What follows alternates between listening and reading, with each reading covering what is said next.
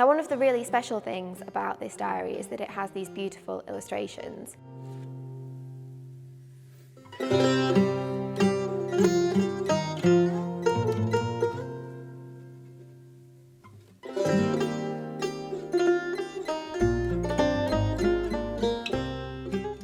Hello, welcome to MHA Digital Communities. My name is Bryony and I'm the Collections Officer here at Macclesfield Museums. Now today we've got something quite special because this is an object that is very rarely on display. So I've taken it out of the stores today and it is this diary.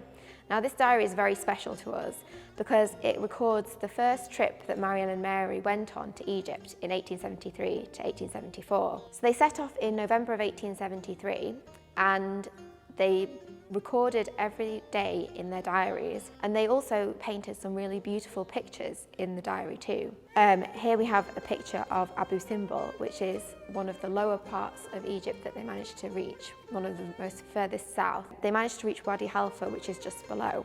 It was really the temples and the tombs that really captured Marianne and Mary's attention. But on top of that, they were also very interested in modern Egypt too, and they record how they used to barter for goods and learned bits of Arabic on their travels. Now, Marianne and Mary on this first trip to Egypt, they were very touristy compared to their later trips, and they were really eager to experience all that they could.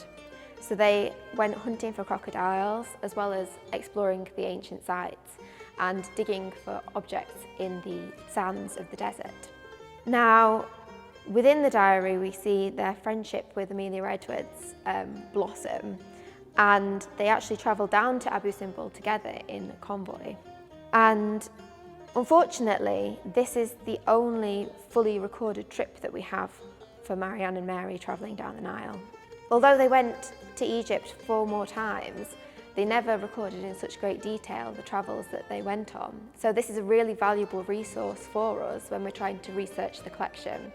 And some of the objects that I particularly enjoy talking about in the collection are mentioned specifically in this diary.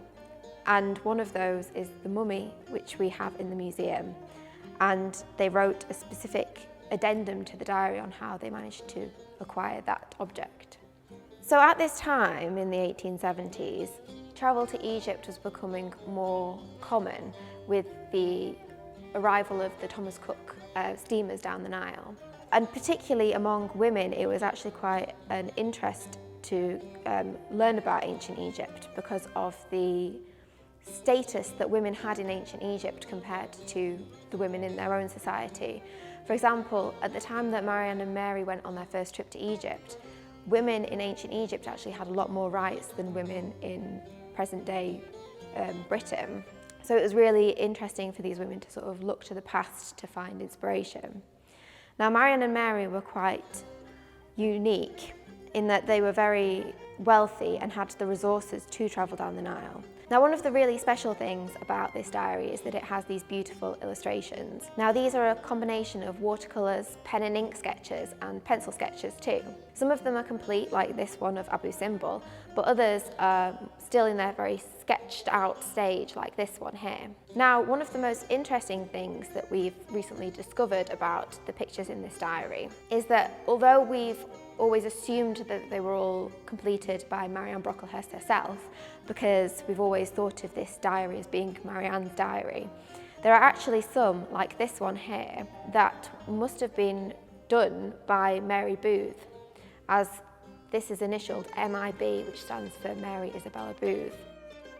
Now that sort of casts a load of doubt over a lot of different things, because all of these assumptions that we've made about this being primarily Marianne's diary sort of falls away when you can't rely on unsigned things to definitely be Marianne's, when there is this combination of Marianne and Mary's work within the diary. And that's quite interesting in a way in itself, because by this point in their relationship, Marianne and Mary were kind of inseparable.